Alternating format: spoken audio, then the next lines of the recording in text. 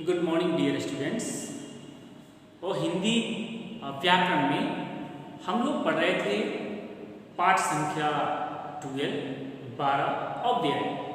ठीक है, तो पिछले वीडियो में हम लोगों ने चर्चा किया था अव्यय का अर्थ, उसकी परिभाषा और अव्यय के कितने भेद होते हैं उसके बारे में। ठीक है, तो जैसा कि हमने देखा था कि अव्यय के मुख्य रूप से 5 भेद होते हैं। पहला है क्रिया विशेषण,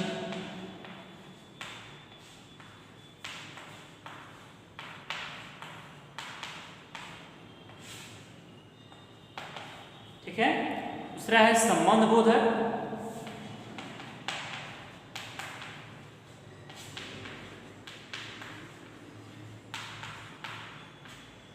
तीसरा है समुच्चय बोधक,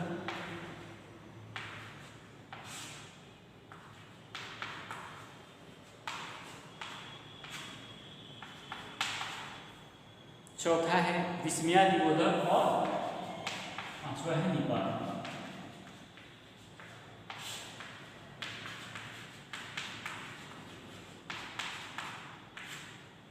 और पांचवा है निपात। ओके, तो हम लोगों ने पिछले वीडियो में क्रिया विशेषण और संबंध बोधक के बारे में हमने चर्चा कर लिया है। अब आइए आज हम लोग देखेंगे समुच्चय बोधक, विस्मयादि बोधक और निपात के बारे में। ठीक है, तो समुच्चय बोधक को हम लोग कहते हैं इसमें कंजक्शन। कंजक्शन के बारे में आपने सुना होगा, इंग्लिश में पढ़ा भी होगा। कंजक्शन है क्या? तो दो या दो से अधिक वाक्यों या वाक्यांशों को क्या करता है, वह जोड़ने का काम करता है।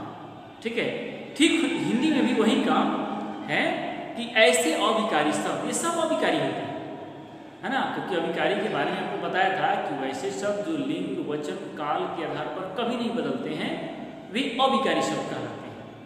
ठीक है, तो ये समुच्चय बोधक भी क्या होता है, अविकारी ही होता है।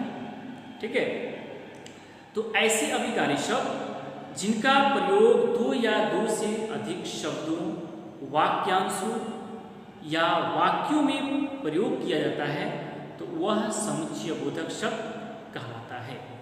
जैसे किंतु, परंतु, और, ताकि, लेकिन। ठीक है, तो रवि और मोहित मेला देखने गए।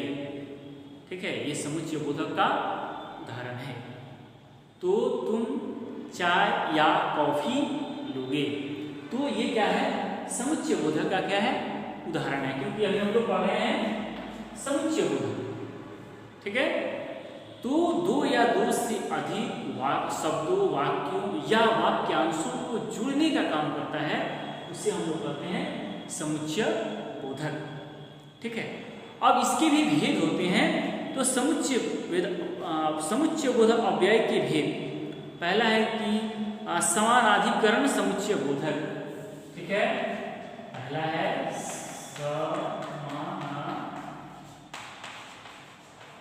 समानाधिकरण।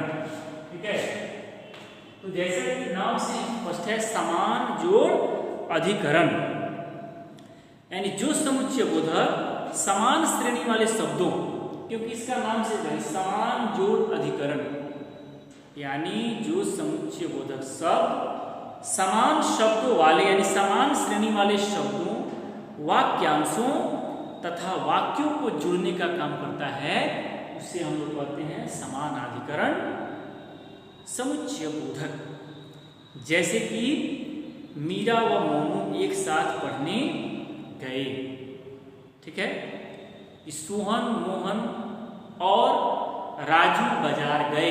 यह एक प्रकार, क्योंकि यह नाम है, तो इस प्रकार से यह समान अर्थ को या समान वाक्यों को क्या कर रहा है, शब्दों को जुड़ रहा है।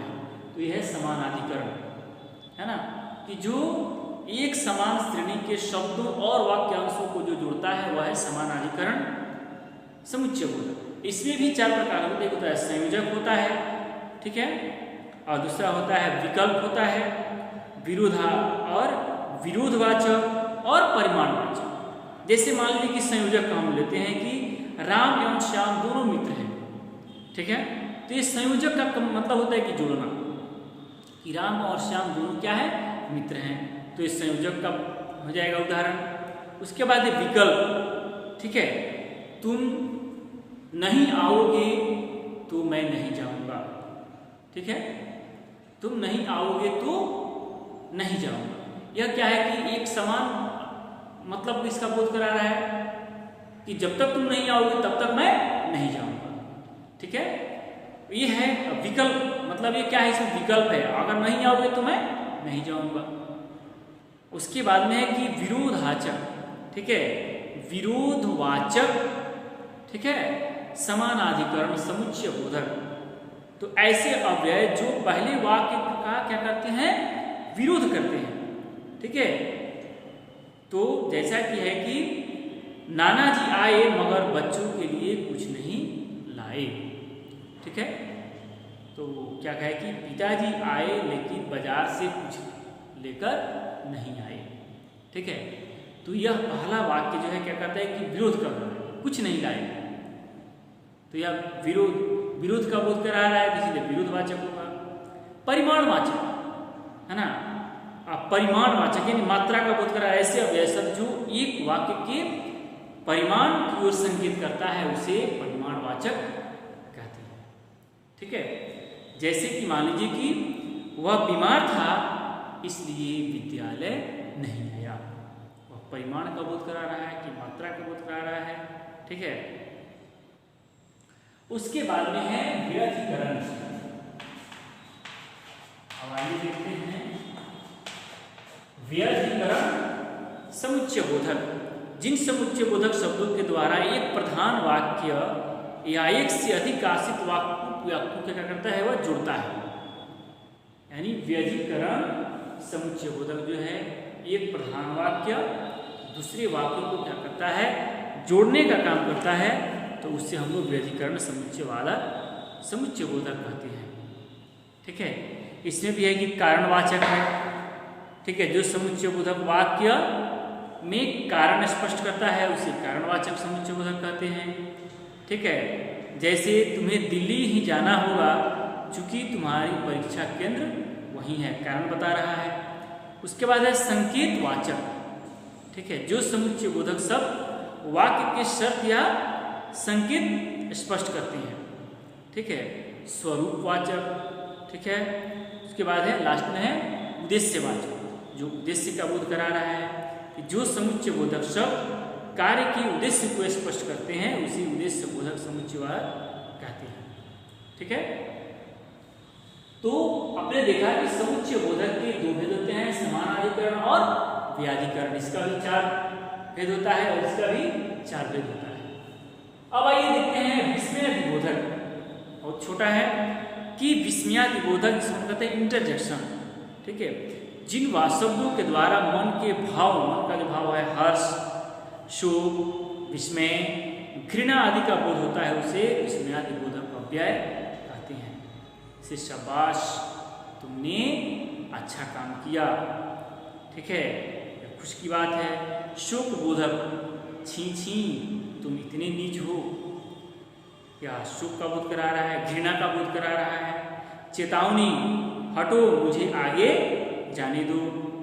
स्वीकृति बोधक, ठीक है, अच्छा जी ठीक, बहुत अच्छा, हाँ।